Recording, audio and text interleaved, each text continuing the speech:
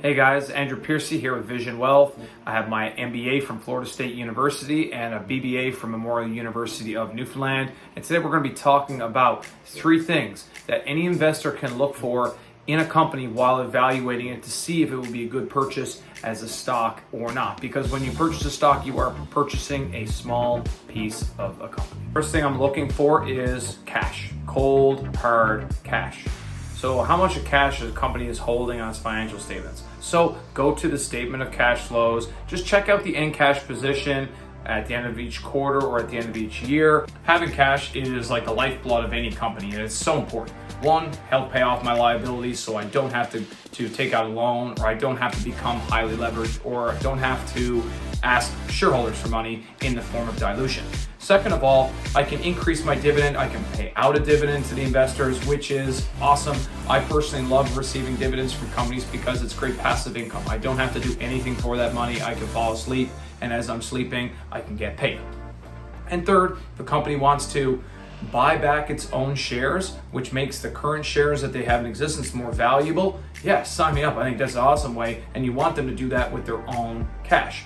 And if they say, okay, maybe there's a company that I want to grow my bottom line revenue, we're having a hard time growing our own current existing business, well, let's go buy a complementary business. And that can help us grow our revenues if that is something that's attractive. So you don't have to take out a lot of money to do so. You can do it with your own money. If a company generates a lot of free cash flow each quarter or each year, that's awesome. If that number is going up, even more awesome. Second thing I'm looking for is revenue. I'm looking to see if the revenues are increasing steadily, not like this and then like this and then like this and then like this. Usually companies that have a very, very rocky revenue are companies that they don't have a very scalable business model, or they're in an industry where trends and time of the year all matter. And that to me is a bit of a concern when I'm investing. I want to have an idea of what the floor is. And if I'm seeing small growth and steady growth, they're often membership model companies because you don't see a lot of people drop off right away. You might have 1,000 members, and then you have 1,010, then you have 1,020, and each time you're doing this, it's growing slightly. And then if you charge those members a monthly fee of 10 cents a month more, your revenue grows a little bit more. So you kind of have a baseline, and then it kind of gives you an idea of what the potential business model is for that company. Steady growth is awesome. It might not be as good for a day trader, but for someone who's a long-term investor like myself, I like to see the slow and steady growth of the revenue. And third thing too is I like to see margins. So a business that makes $1 million, but it has a cost of goods sold of $900,000. So you say you have a 10% margin. To me, is not a company I would really want to invest in, because no matter how much money that makes, cost of goods sold, you're looking at 10% margin.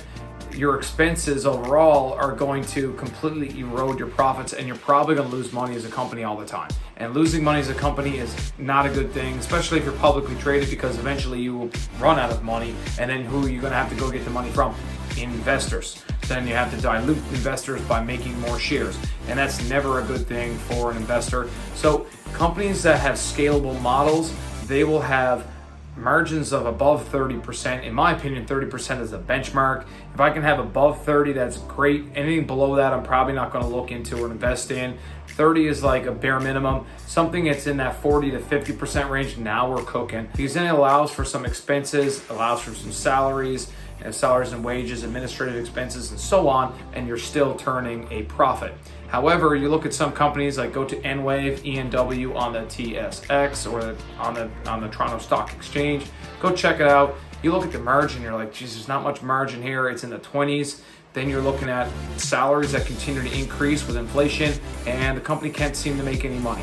And the reason why is because the product is not a scalable product. They can sell 1 million machines, and it doesn't necessarily matter all that much because the cost of goods sold, the margins are just too tight. No matter how much money they make, they're always probably going to find themselves not profitable. And not profitable over time is no good. If we burn through cash real quick, then you're going to be dipping into investors' pockets on a regular basis, and that is not good for anybody. The more shares are outstanding is the worst situation for investors. That's why great companies buy back shares. Don't just use these 3 tips and then sink tens of thousands of dollars into a company. There's a lot more things that you have to look for.